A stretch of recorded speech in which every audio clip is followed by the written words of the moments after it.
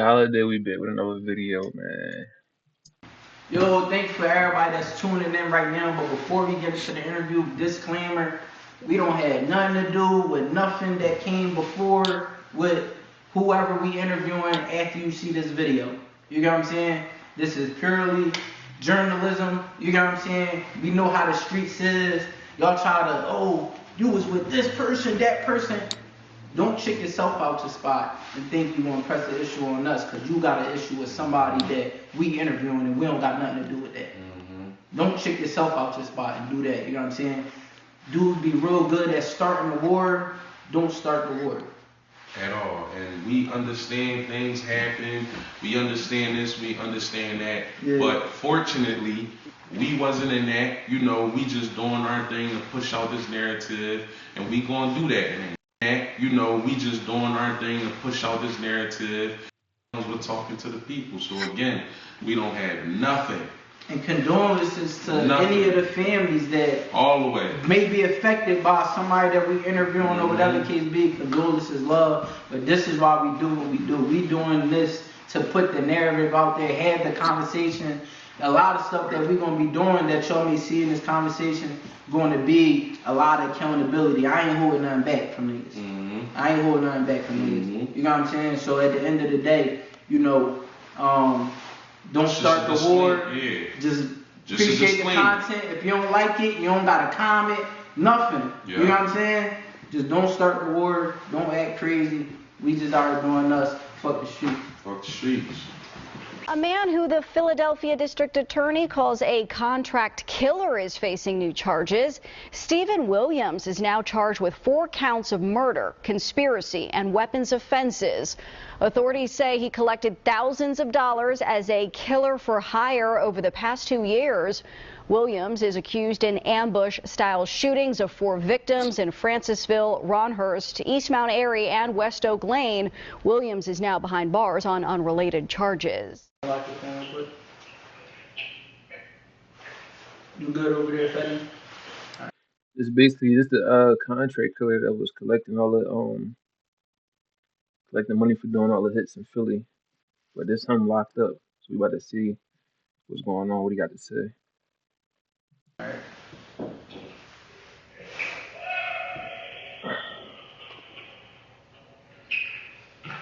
Alright, bet. Alright, we in it, man. How you feeling, man? You good? You good? This is an important combo right here. This is an important combo, man. You know, I was excited, you know, to hear like when T.Y. reached out, made a connection and all that. You know what I'm saying? Cause this was something that, you know, my old lady at the crib, you know, we was watching American Confidential on, and she just like a year ago, she just was like, "Babe, I want you to interview him. I want you to interview him." And I was like, you know, it could be something, but I just wasn't in that space with everything I was doing. So for it to just happen organically like this, I was like, you know, that's mandatory. You know what I'm saying? Like we gotta get it done. You know what I'm saying? Like for it to get word that you wanted to do the interview about, especially about this topic, which is something that's needed. You feel me? Is needed for all over the trenches, all over America. You know what I'm saying?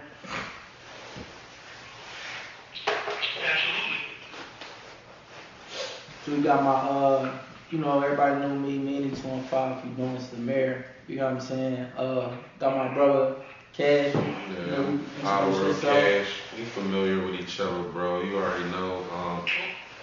Just from You already know, bro. What's up? How you know? you know, hanging in there, bro. You know, one day at a time. You know, it's just life be lifing, but we pushing through. You know what I'm saying? 100%. And That's all we can do. I'm glad that we definitely sitting down and we having this interview / conversation, because like this is like the epitome and like the highlight of a lot of stuff that's going on out here, and I'm just glad that you agreed to be the person to put a lot of things on Front Street and shed light on a lot of things. So just before we get into anything, I appreciate you for that. You don't have to do that in your situation. You know what I'm saying? Facts, man. You know, for those that's watching, you know, we got, you know, some, you look them up, people they done give them the name Philly Hitman, you know what I'm saying, Whiteboy, but Governor Stephen Williams, you know what I'm saying, like, and it's crazy because, like, I still remember, like, when the story was coming out, shit caught me by surprise, you know, we ran around different circles in the streets, you know what I'm saying? We did different things and all of that, but us coming from like the same neighborhood, and we would see each other, you was always quiet, you know what I'm saying? Like, bro was always quiet coming around, probably smoking his little weed, whatever, you know what I'm saying? So when the news came out and I'm seeing that, I'm like, hold up. It caught my attention from the rip, man. So, I definitely want to hear from you. Like, let's get right into it. Like, before we get into the topics, the Philly Hitman. Let's talk about who Stephen Williams is. Like, what was your upbringing like, and what was any goals and dreams that you may have had growing up before even getting into the streets and being in the predicament that you in now? Well, growing up, I guess you can kind of say I had like a unstable household, as many of us come from. My mom was on drugs most of my life. My dad was on drugs prior to having me, but been clean, you know, since I was born and everything like that. So I grew up around a lot of dysfunction, I'm gonna say. You see what I'm saying? But in the same token, I had a lot of support. I had my brother, I had my sister, my grandparents, my pop, you know what I mean? And it wasn't always bad, so I'm not gonna sit here and make it seem like I had this tough upbringing and stuff like that. It wasn't the ideal situation, but you know, I had a lot of support. And as y'all know, I'm from 69 for Oaklands. 100%. And I had the corner crib, the corner house right next to the Chinese store, and everybody from the neighborhood sat on my steps. That was like the hangout. You feel what I'm saying? So it's kind of hard to walk out your door every day and you want to go play ball, or you may be going to school and you got all this stuff right in front of your face. It's kind of hard not to gravitate towards that. So, you know what I'm saying? And what I can say is the choices I made wasn't, as you know, I'm sure you can understand, it wasn't, how can I say, it was kind of forced upon me. You feel what I'm saying? Like, growing up, I was quiet, I was timid, I wasn't aggressive, I wasn't a fighter, I'm gonna sit here and play this role like I was the tough guy in the neighborhood. I was always on getting money. Growing up, I always wanted to go to the NBA, so you always catch me in different basketball leagues. And Simons playing ball all day, playing for all my high school teams, stuff like that. And my block was kind of known for selling weed. So that was really what I did to make ends meet. As I said, you know, my dad was in the streets, but he wasn't a street person. And I need everybody to understand there's two different things. Being in the streets and being a street person is two different things. My dad was in the streets because he did what he had to do to support me and my family. But he wasn't a street person. He was a kind-hearted person. He took care of his family. He never hurt nobody, never shot nobody. So it's two different things, being a street person and being in the streets. So all right. So here's what I'm gonna do, right? And I'm glad that you know, like I said, I wanted to let you speak your truth and speak your piece and everything. That's understood. But I'm gonna take it back. So you say you came from a family where your mom was this and your dad was that, but your dad is a difference between a street person and a person that's from the streets, or how you put it, right? You explained your dad you explained your dad is a kind-hearted individual. What who were the people? Because everybody we come from, a certain part of the hood or wherever you're from. Whereas the people who work in 9 to 5s and doing this and choosing to do that, and then there's the people in the streets. Who influenced Lil Steven? Like who influenced you, and why did they influence you? Like when y'all was all on the corner doing what y'all was doing, and you had the house on the corner, who was Steve influenced by and why? To be quite honest with you, I was always influenced by the neighborhood drug dealers. I ain't gonna lie to you. The ones that was running around having money and That's how it be too. The young boys be looking up to everybody that's, I mean, winning. All the boys that's winning. Getting money, that's driving the nice cars, you know what I mean? Got the nice girls and all that, you know what I mean? Everybody want to live that life. what they wanted. I always wanted to have that same attention almost. Mm. You know what I'm saying? So I guess you could say the older dudes from my neighborhood that was doing well for themselves. Yeah. You know, which is not, you know, what I should have been doing, but that's what would appeal to me. And you know, I wanted to be like them, so I took after that. Right, right, and the reason I asked that before I ask my next question because it kind of leads into everything that I'm gonna build up and say. Like since you kind of like drew the story out, we asked you a question and you drew a story out, right? I want to ask you this. It could be a person, thing, a place, an event, whatever. What happened in your life where you like, all right,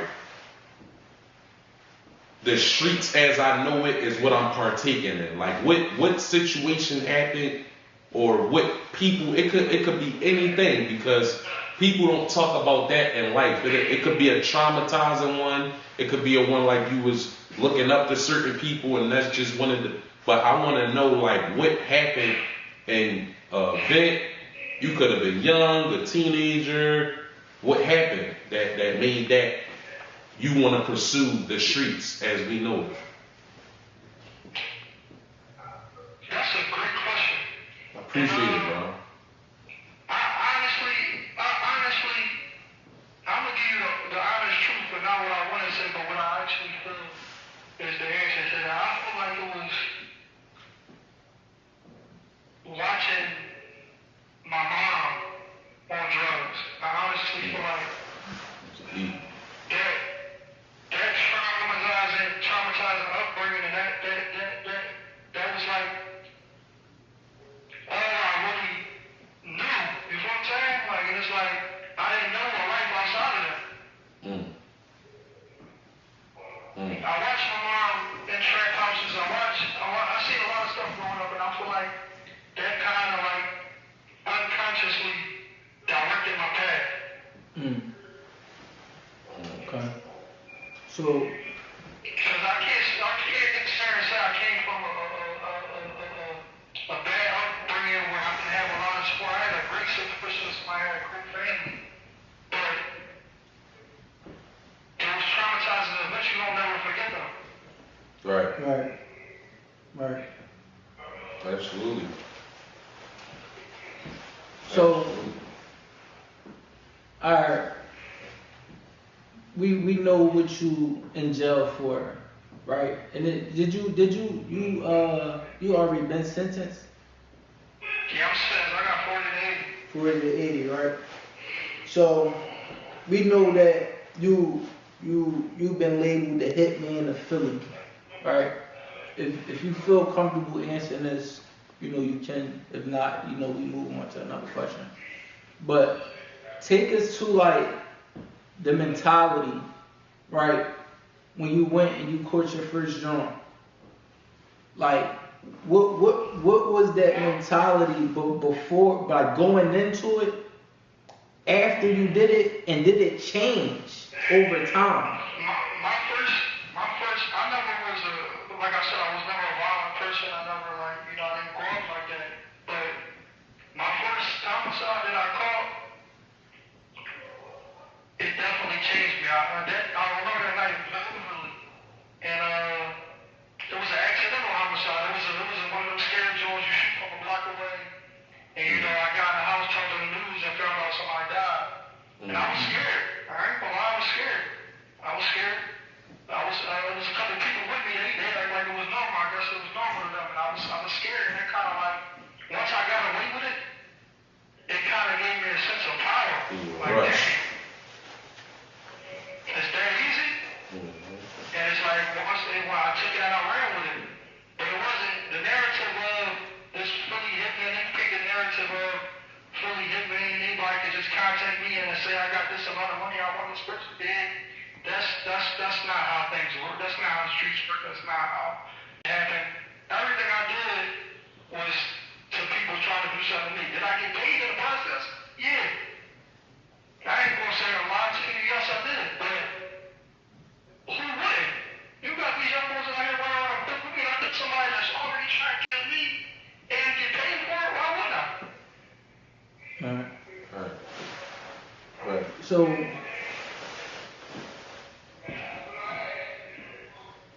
when we think about the topic of violence and things resorting to violence, have you over time, you done had some time to sit down, think, and we all been to jail, and we know how reflective those times can be.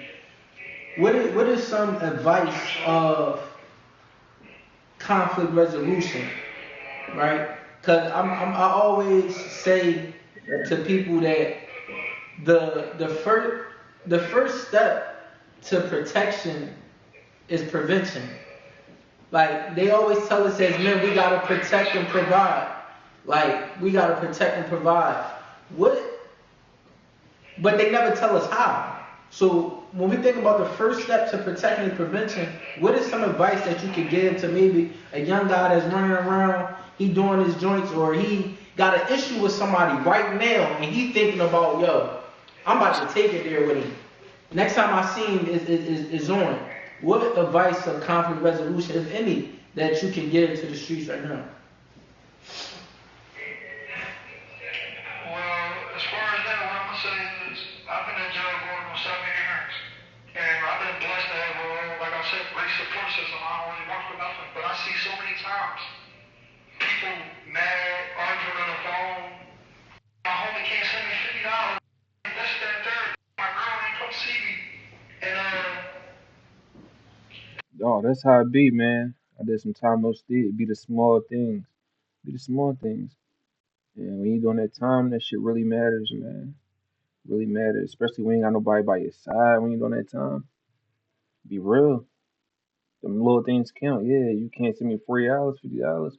Yeah, that'll make somebody mad, but y'all look at it on the outside. And you see what I'm saying? Like people got life, people doing real life on the outside, so you can't always get mad at that. You put yourself in a certain situation. You gotta understand that. that's the result of the choices that you make. Hmm. Once you put yourself in these situations, bro, it's just you. All that, my block, my gang, all that shit is out the window. Them niggas ain't sending you no money. The niggas ain't taking this 3-hour trip to come see you. None of that. So that brings you that prevention is number one, bro. Number one. Your habitat is key.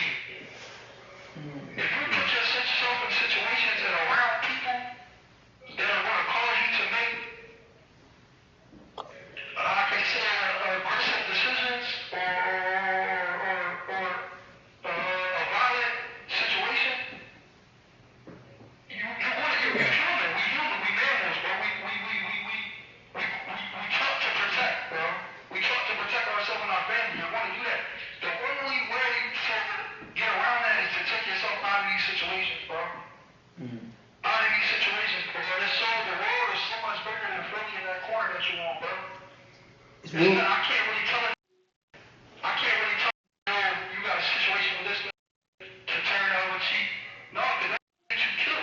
what I can say is, take yourself out of the equation totally. Your environment is everything, bro. Your environment is everything, bro. If you take yourself out of these equations, it won't be no thought process of how can I do this or should I do this. No, take yourself up with it and complete. Yo, I love that you said that, right? I love that you said that. I remember a couple months ago, I was up ASD with some of the youngins and all that, and we up there doing programming, talking to them, and they facing real joints. Like, bro, you just was on stable, you know what I'm saying, RCF, like, people facing some real joints, and they 18 and a half, you know what I'm saying? And I remember the young guy, he came up to me, he was like, yo, man, I feel everything that you just said, bro. But what do you say for a person? He said, let's say allegedly I killed 3 people. How do I go back to my neighborhood? And I told him, I looked him in his face, I said, bro, you probably shouldn't. You probably shouldn't. And this is a conversation I had with a lot of my friends that's still in the streets, you know what I'm saying, still active, and they trying to figure out. I always encourage them to take that leap to just move, because you can't think in the environment where it's like, yo, at any moment I gotta up it. You get what I'm saying? But to that point, I want you to speak to the pride and ego that a lot of times that we have, right? And the issue of that, because is, again, you could tell somebody, yeah, move, but then they still got to deal with people saying, oh yeah, he's running, he's scared.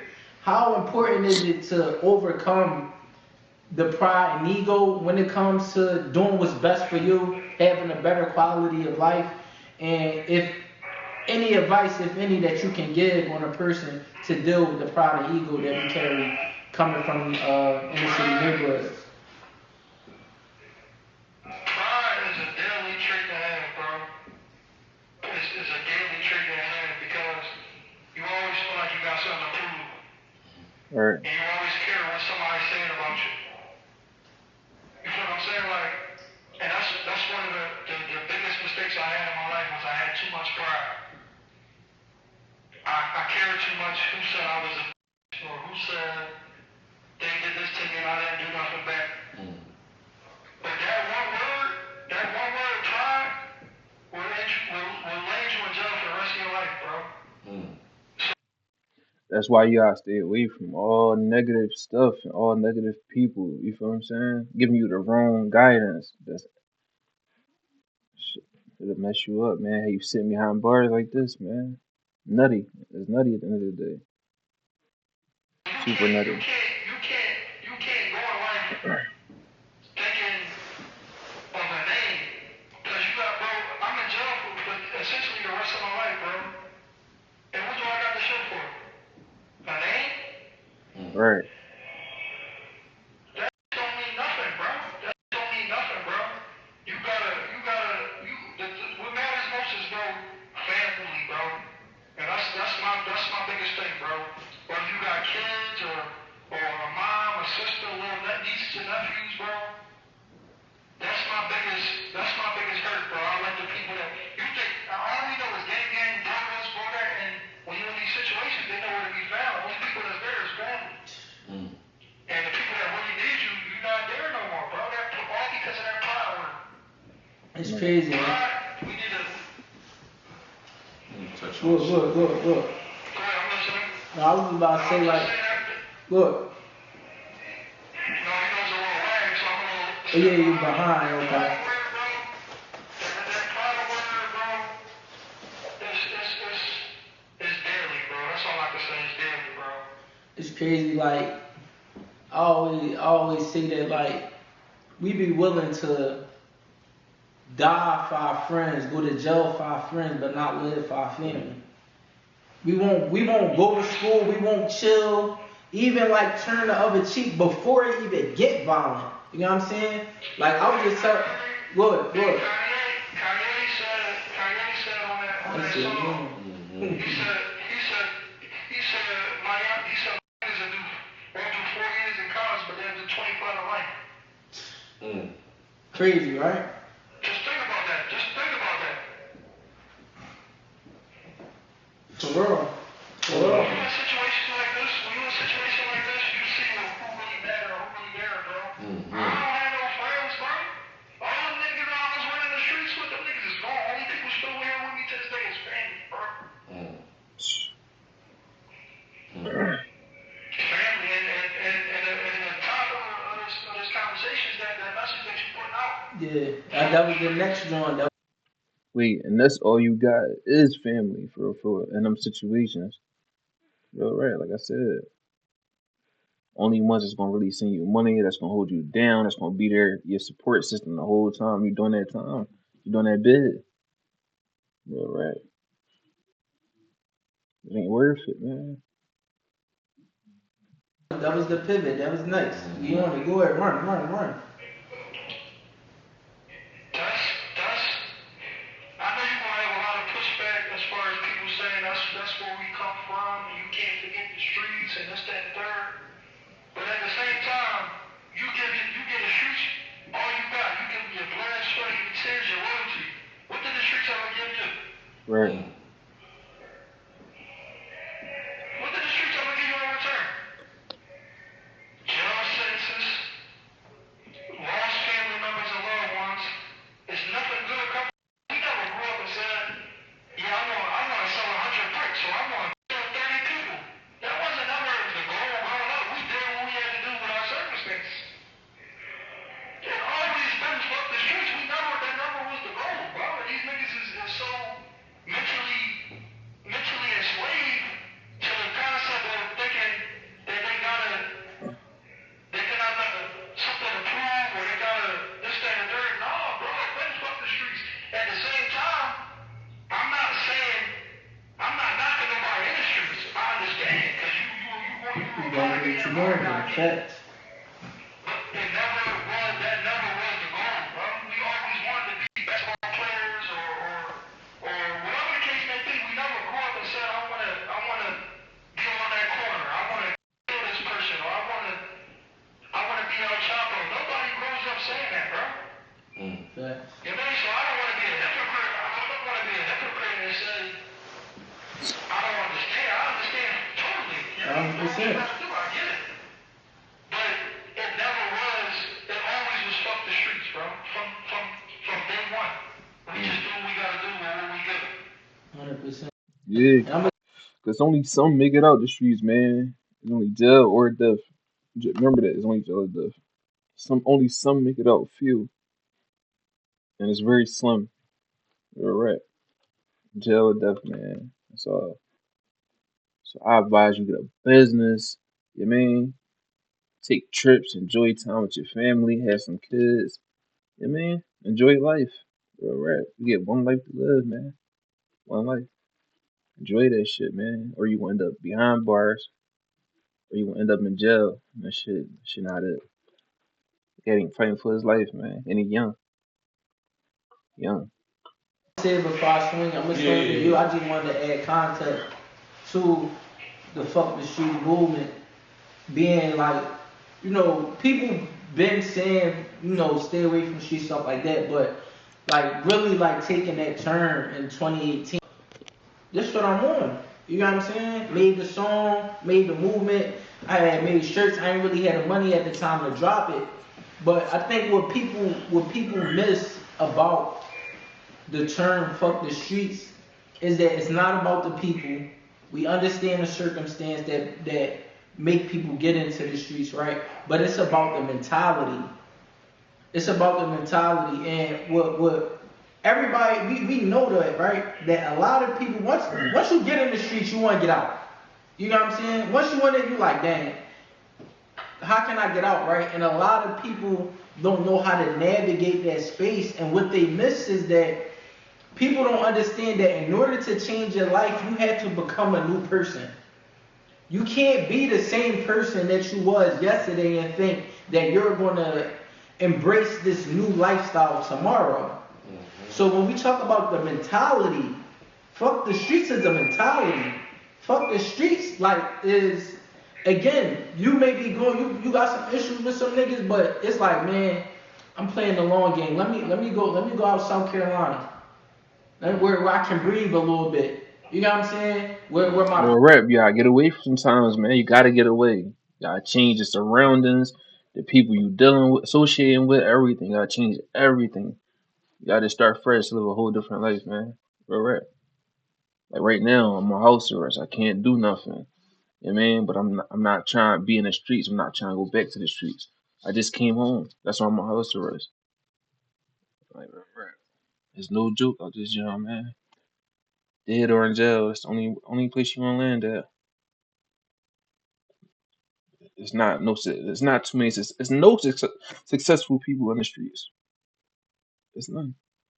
Might one for a little bit, have a little something, then that should be gone, man. That's why it's good to invest and do other things. If you is in the streets, I ain't knocking it, but make it temporary. Don't make it a long term thing. brain, let me, and then if you going still stand on what you stand on, you can move strategically. I'm not advising it, but it's a quality of life. It's not a good quality of life as a man, as a grown ass man, to not be able to take your mom to the market Hmm. comfortably. As a grown ass man, to not be able to go to the park with your kids and pick them up from school comfortably. Comfortably. But this is the mentality that the streets give us. We can't have that mentality of doing that comfortably when we in the streets. You get Right. what I'm saying? So the mentality, fuck the streets, is a mentality. It's a whole mentality. It's not the people. It's not the circumstance. It's a quality of life, a choice that we have to make to want to pursue a certain quality of life. All right. Like who want to go anywhere looking over their shoulders? Or you gotta look over your shoulders. You gotta watch where you going. You don't want to be with certain people because anything can happen. It's liable to happen at any time. You feel me? Go ahead. And I'm gonna touch on that. Like before I even ask a question, like when we do the whole fuck the street, because I ran into the unfortunate situation and I was on state road for all this. But when you say fuck the streets and everybody, oh the people in the street, my man was putting cheese on the books. My man came and picked me up from there. My man, everything that I needed in there was him. So there's no way he could be talking about the people. There's no way when he say fuck the streets, he could be. If he was talking about the people, we wouldn't even be interviewing you. We wouldn't even care about what you guys say. You feel what I'm saying? So what I'm saying is that word mentality. I'm big on mental health, mental this, anything mentally. I'm big on it. I'm a use a drug addict, for example. If you talk to a drug addict when they're on drugs and you ask them about a bunch of mentality things and why they think like this and why they do, they're not going to be able to tell you all that. They're not even going to be thinking of all that. But once a drug addict kicked the drugs and, oh yeah, I was like this, I was like that, man, this helped me, da da da da da, right? So I want to ask you to give some pointers to the people on the fuck the street shit still on the same level, but what about the people? Tell the people how to say F the streets or change their mentality without getting a 40 to 80 or without burying their right hand or without going through stuff where they on trial, and what advice do you got for a person to not be called the Philly Hitman and get 40 to 80 and things like that before they change their mentality? Like, what would you tell a person? You feel me? I mean, I think it all comes back to that word that you said a couple minutes ago, pride. And you gotta understand that it's okay to walk away. Right. It's okay. In the moment, it might feel like a defeat, but in the grand scheme of things, it's a win. Right. You feel what I'm saying? You might feel defeated. You might feel like you turned your back on people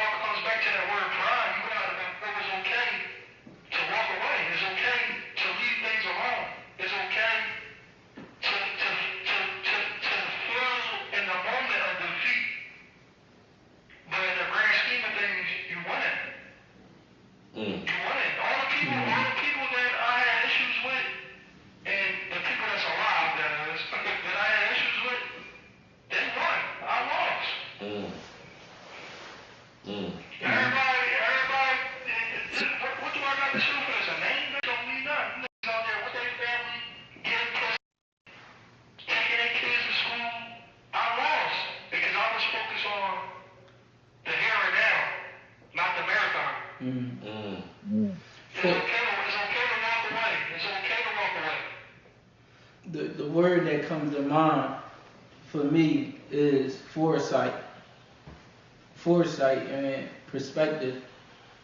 For those watching that may not understand what foresight is just the ability. It's big picture thinking, right? It's looking at things from different perspectives and not being one track minded.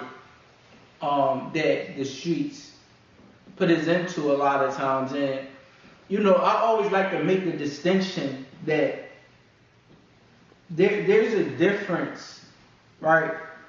We know through media, influencing our neighborhood, we can point fingers at the government, we could talk slavery, we could talk all of these things that created the circumstance of what we know as the streets, right? But the thing is, right, there's not a lot of emphasis on being a man.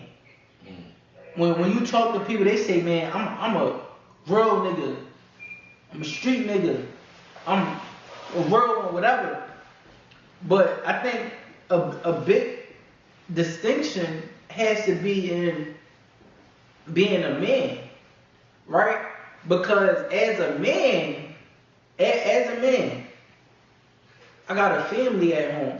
See, a lot of people, they hear F the streets and they attach masculinity to violence. You get what I'm saying? As a man, that we taught two things that you stated before: protect and provide. 1,000%. And that word you just said, foresight, that's a great word, bro. That's what none of us have.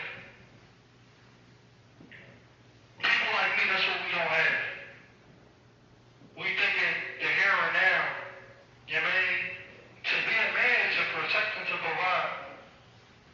You know how less of a man I feel being here, bro? All right. Not being able to protect the people I love, not being able to put food on my family table. I'm essentially dead. I'm essentially dead, bro. And that's all because that word again, pride, bro. That's the biggest word that I took from this whole conversation, bro. Pride. Pride. You know what I mean? Everybody think you a bitch. If you don't attack, if somebody do something to you and you don't get to get back, but foresight, you always gonna lose, bro. And it's always gonna catch up to you, whether you land in jail or whether years down the road that person, that might be that person's son that catch you walking to the store. It's always gonna come back to you. So it's like that pride, bro. It's a poison. It's a poison, bro. I ain't gonna lie, bro. This conversation a little touchy for me. I ain't gonna lie because you got some people who ain't been through it at all, some people who ain't been through it in a long time, and it's like it's a little touchy for me because I'm not just one of these blog people or one of these people who just see things and they. And just to touch on what you're saying right there, what the people may not know is, like you just said, I met you in the streets, bro. Yeah. Both of y'all. Yeah. So a lot of people might think y'all just talking from a screen. Y'all ain't never been in there. I met these two dudes in the streets, bro. We had two different paths, but I met these dudes in the streets, bro. So they not just talking from other people's perspective. These two dudes that been through everything I've been through.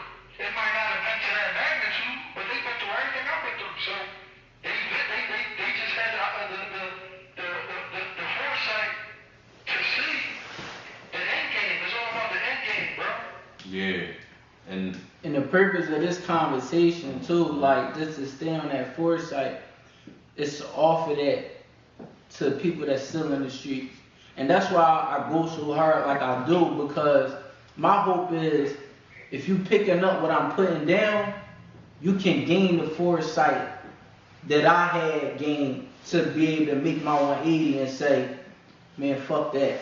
I gotta think bigger. I gotta think outside of me. I gotta live for my family that's not even here.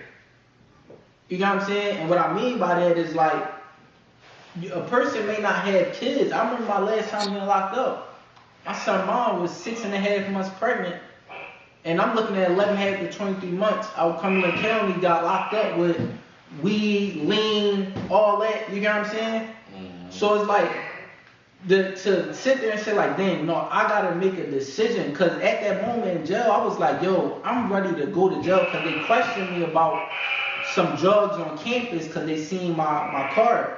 So when I looked at him and I said nothing and I kept my mouth shut, I remember when I was in my cell one day, I was like, yo, I'm really ready to go to jail for something that I didn't do. And I don't know my dad growing up. I don't know my dad. So it's like, I was really ready and put myself in a position to miss out on my son's life because I'm holding on to the streets. I think us as a culture, we do things for our first name and not our last. If that makes sense to you. No, 1,000%. It's not about, it's about the legacy you leave and the people that's gonna carry on after you. You feel what I'm saying? Like, it's so sad to say, the legacy I left was terrible. Before I did this interview, I had a family member that told me that make sure you don't bring me up. And that's sad. That's sad. You feel what I'm saying? Like, this is not nothing cool. This is not to be labeled as a killer or that's not. You don't get no kudos for that. You get kudos for leaving your daughter or your son college tuition money. You get kudos for moving your family out the hood. That's the goal. It never was the goal to be sitting in jail or to be putting people under the ground. That's not the goal. That's not thorough. It's crazy. Yeah, man, I understand protection by all means. I understand. I'm not trying to talk down on nobody. Just protecting themselves and protecting the people they love. I get it. You doing what you're supposed to do. But it's okay to walk away, bro. It's okay. It don't make you less of a man. It don't make you none of that. It's this. All right. Think before y'all move, man. For all y'all niggas out here acting crazy, want to be pop niggas for no reason and all this hard shit. Nigga, think before you move, dog. If you end up in a crazy situation you don't want to be in. You don't want to be in no cold ass cell, eating food that you don't like, eating on their schedule only 3 times a day. What? Sleeping on them hard ass beds, like COs locking you in, you can't come out until they open your door or buzz your door, whatever the case may be. Like it's a lot. Even getting on the phone, it's hard to get the fuck on the phone in jail, man. Be mindful of all that shit, man. All right.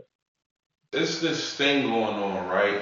And I want to touch on this because I don't even want Manny to be the one who touch on it because he kind of the one that's like going through it a little bit. So I want to. It's this thing right now where it's like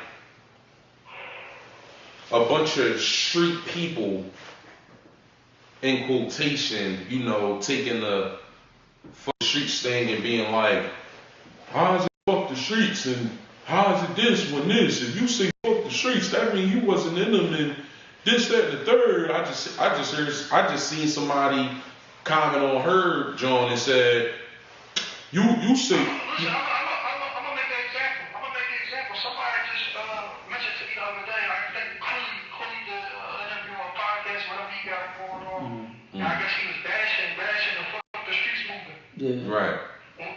When Clee was running around getting his money, he wasn't on Main Street. Where was he at? Stuck in acting. No, but that's, bro, I ain't gonna lie. That's the type of stuff, that's the type of shit that gotta be said. Is it done? I think so, because he said it was 45 Listen, minutes. that's the type of shit that gotta be said. Now we just about to do our own shit. We about to do our own shit now. What I was about to get into is this, bro. It's this thing where motherfuckers is saying that the fuck the streets thing, like when you talk about the fuck the streets thing, people keep making it seem like we are taking a culture or a group of people and we saying, fuck y'all. Like, I would be talking about my fucking self if I did that. Fuck, like, bro, I don't even know when he got on probation, but it wasn't that long ago. Y'all making it seem like, cause now I gotta get in my bag because y'all was talking crazy to my man. I'm back. That's flat out. You feel me? We got motherfuckers who did. We got a motherfucker that's doing a 40 to 8. Don't take it from us. If we a problem, don't take it from us. Cool. We got somebody that's doing a 40 to 80. That damn near the most talked about. If y'all want to talk, not glorifying, but if y'all want to talk about the things that make people cool to y'all and all that. As far as Philly, he's the top, and he's saying these things. It's not allegedly. He just on that, and he telling y'all what it is. That shit is a sick mentality. We're sick as a people. For a motherfucker to say fuck the streets and give y'all facts and behind it give y'all all type of, not saying F y'all, if y'all making it seem like 21st is such and such. Everybody who just on that corner, that's the streets. Man, you just like fuck them. Like, oh, that's not what it is. And then you got other people who saying, yeah, the rappers saying that because we saying fuck the mentality y'all got. That's what we saying. We saying fuck dying for this block we don't even own or none of our ancestors own and the people before that and all. Real rap though, that's the problem right there, man. Niggas be saying that. Don't even own you don't own these blocks. The fuck? How can you tell somebody you can't come to this block? You can't do this on that block. You don't own this block. The fuck? Died for it, and we saying fuck that. We're not saying fuck everybody on state road and all the SCIs. We're not saying that because we will be talking about we're a culture. We're together. You feel me? It's just people with this mentality and it's people with that mentality, and we're saying yo, fuck the people with that. Not even the people. Just that. Just the mindset. It ain't even people. It's just the mindset because this is what's throwing everybody life, our kids' life, our kids' life, our granddads and life down the fucking drain. You feel what I'm saying? If y'all ain't gonna take it from us, the people that's in the flesh, that's free. I've only been free for 3 days, but the people that's free, all right, take it from somebody who's doing a 40 to 80. You see what I'm saying? It's just like, I don't get what can be the mishap in people's brain to when people say,